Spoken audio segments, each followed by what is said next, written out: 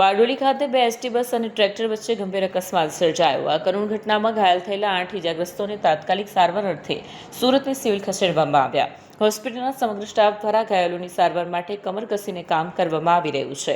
ઘાયલોના ચહેરા પરની વેદના અને પરિવારજનોની આતુરતા કોઈપણનું હૃદય પીગળી જાય તેવી છે। સ્થાનિક પ્રશાસન અને પોલીસે તાત્કાલિક રાહત અને બચાવ કામગીરી હાથ ધરી હતી।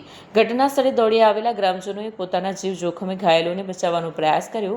આ અકસ્માતની ગંભીરતાને જોતા વહીવટી તંત્ર દ્વારા તપાસનો આદેશ આપવામાં આવ્યો છે। ડૉક્ટર લક્ષ્મણ ટેલિયાણી ટ્રોમા સેન્ટર નવી સિવિલ હોસ્પિટલ સુરત ખાતે અત્યારે બારડોલીના જે બસના અકસ્માતની જે ઘટના થઈ છે એમાંથી 6 દર્દીઓ અત્યારે આવેલા છે। એમને નાની મોટી ઈજાઓ છે, હેડ ઇન્જરી પણ છે, ફ્રેક્ચર્સ પણ છે, પણ સદભાગ્યે અત્યારે વાઇટલી સ્ટેબલ છે। હાલમાં એમની સારવાર સારી રીતે ચાલી રહી છે અને અત્યારે પૂરતી સુવિધાઓ અને પૂરતા ડૉક્ટરો છે। સારવાર સારી રીતે ચાલી રહી છે। મૃત્યુ આંકડા સર કેટલા? અત્યારે કોઈ મૃત્યુનો કોઈ પણ મૃતદેહ અત્યારે કોઈ આવેલું નથી। કેવી રીતે થયું? હા, પાછળથી માર્યો કેવી રીતે મને નથી ખબર પડી। ટેન્શન નહીં જોયા કરતો।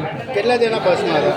બસમાં ખબર નહીં, એવો જ બેહોશ થઈ ગયો તો હા મને ફેંકી નાખ્યો, મારો ટ્રેક્ટર જ ગભરી ગયો। હા બસ ખબર જ નથી પડી મને, પાછળથી કોણ ડ્યું કંઈ ખબર પડી? કાંઈ નહીં ખબર પડી। કેટલા જણા હતા ટોટલ એક્સિડન્ટ કે ઘાયલ થયા તે? ઘર ત્યાં ભાઈ ભરાઈ ગયેલો મને નહીં ખબર, નીચે જતો રહ્યો મને હા બિલકુલ જ નહીં ખબર। જ્યારે મેં જો હોશમાં આવ્યો ને ત્યારે ખબર પડી કે આવું થઈ ગયેલું છે। અચ્છા, બિલકુલ ખબર નહીં પડી મને। હોશ ક્યાં આવ્યો? હોસ્પિટલમાં અહીંયા કે ત્યાં ત્યાં? જ આવ્યો મને। ત્યાં કેટલા જણા ઘાયલ છે? ત્યાં 3-4 જણા હતા લગભગ, બહુ ખ્યાલ નથી આવ્યો। બસમાં જ્યારે બેઠા કેટલા જણા બેઠા હતા? એ નથી ખબર, બસની બધી આગ હળગે ને એટલું જોયું, પણ કેટલા જણા ઘાયલ થયા તે તો નથી જ ખબર।